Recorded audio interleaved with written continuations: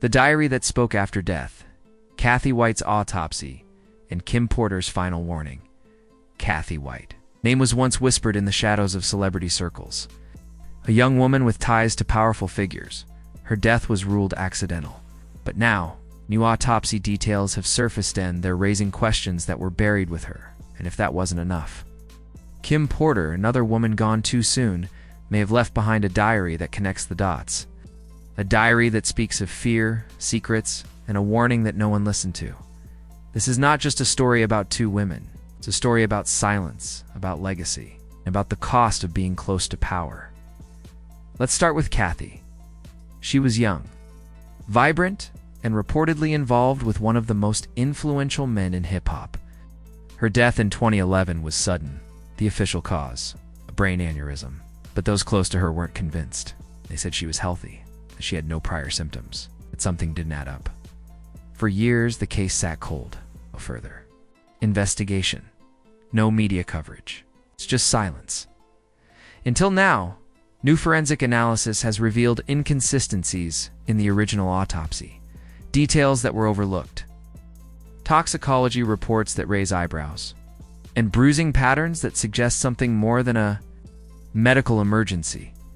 Experts are now questioning whether Cathy's death was truly natural or if it was staged to look that way.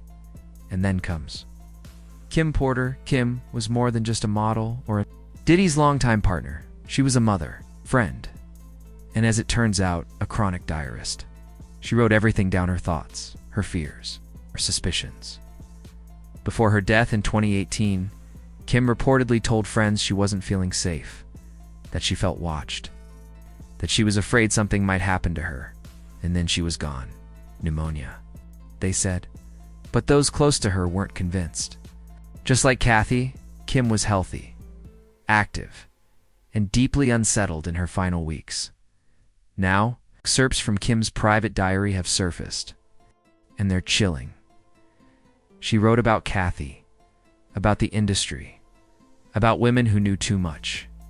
She hinted at secrets that could ruin reputations, at patterns of silence, at fear that was never taken seriously.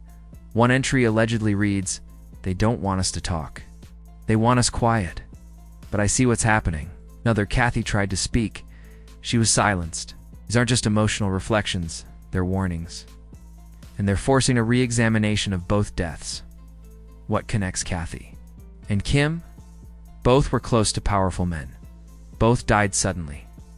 Both had voiced concerns before their passing. And now, both are speaking, one through autopsy, the other through ink. The public is starting to ask, how many women have been silenced?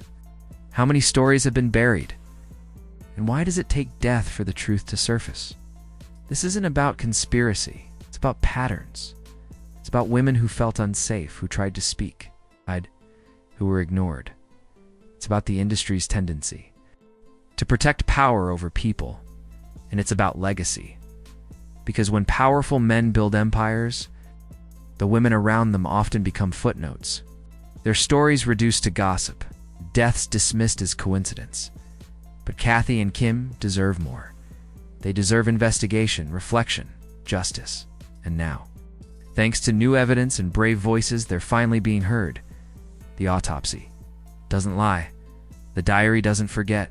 And the silence, it's cracking. This is not the end of the story. It's the beginning of a reckoning. Because when women write their truth, even in whispers, it echoes louder than any headline. And Cathy White's echo is finally being heard, Kim.